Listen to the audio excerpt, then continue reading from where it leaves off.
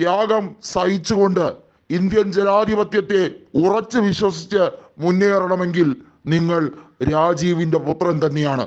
പറഞ്ഞിരിക്കുന്നത് സമാജ്വാദി പാർട്ടിയുടെ നേതാവായ അഖിലേഷ് യാദവ് തന്നെയാണ്. ഉത്തർപ്രദേശാണ് രാഷ്ട്രീയത്തിന്റെ മണ്ണ് എന്ന് നമ്മൾ എപ്പോഴും പറയാറുണ്ട്.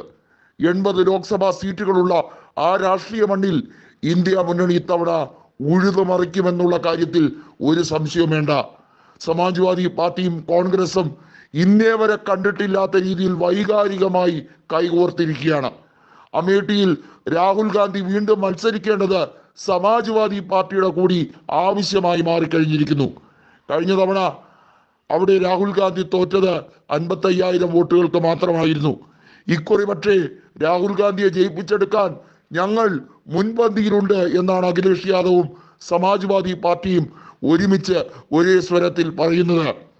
ഏത് രീതിയിലുള്ള കിരാത ശക്തികളെയും അകറ്റാൻ അതിശക്തമായി മതേതര മുന്നണിയെ പുനഃസ്ഥാപിക്കാൻ ഞങ്ങൾ ഉത്തർപ്രദേശിൽ എല്ലാ മേഖലയിലും ഒരുപോലെ പോരാടും എന്നാണ് അഖിലേഷ് യാദവ് പറഞ്ഞിരിക്കുന്നത്.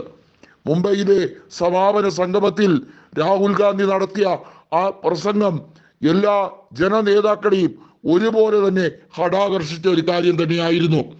ഈ രാജ്യത്തെ യുവാക്കൾ അഭിമുഖീകരിക്കുന്ന തൊഴിലില്ലായ്മ, അതുപോലെ തന്നെ പണപ്പെരുപ്പം, വിലക്കയറ്റം ഉൾപ്പെടെയുള്ള കാര്യങ്ങളിൽ സർക്കാർ നടത്തുന്ന ഉദാസീനത, ഇതൊക്കെ മറച്ചു വെച്ചിട്ട് വർഗീയത പറഞ്ഞ് വീണ്ടും പച്ചയ്ക്ക് വോട്ട് പിടിക്കാൻ വേണ്ടി ശ്രമിക്കുന്ന കുടില തന്ത്രങ്ങളെ പൊളിച്ചെടുക്കുന്ന രീതിയിലാണ് രാഹുൽ ഗാന്ധി തന്റെ പ്രസ്താവനകൾ ഇറക്കിയത്. ഈ രാജ്യത്ത് ഏറ്റവും വലിയ രാഷ്ട്രീയ പോരാട്ടം തന്നെ നടക്കും എന്നുള്ള കാര്യത്തിൽ സംശയമില്ല. ഇന്ത്യ മുന്നണി ഒറ്റക്കെട്ടായി തന്നെ ഈ പോരാട്ടത്തിനെ നേരിടും എന്നുള്ളത് മുംബൈയിൽ ചേർന്ന സമാപന യോഗത്തിൽ നമ്മൾ കണ്ടതാണ്. ഈ രാജ്യത്ത് ഇന്നേ വരെ കണ്ടിട്ടില്ലാത്ത ഒരുതരം ഫാസിസമാണ് പിടിമുറുക്കിയിരിക്കുന്നത്. അതിനെ എല്ലാ രീതിയിലും തച്ചുടക്കേണ്ടതിന്റെ അനിവാര്യത എന്താണ് എന്നുള്ളത് രാഹുൽ ഗാന്ധി ഉറപ്പിച്ച് പറയുന്നുണ്ട്. അതുകൊണ്ട് തന്നെ ഈ തീവ്രമായ ശ്രമത്തിൽ എല്ലാ ജനാധിപത്യ വിശ്വാസികളും പങ്കാളികളാകണമെന്നാണ് അദ്ദേഹം ഉറപ്പിച്ചു പറഞ്ഞിരിക്കുന്നത്.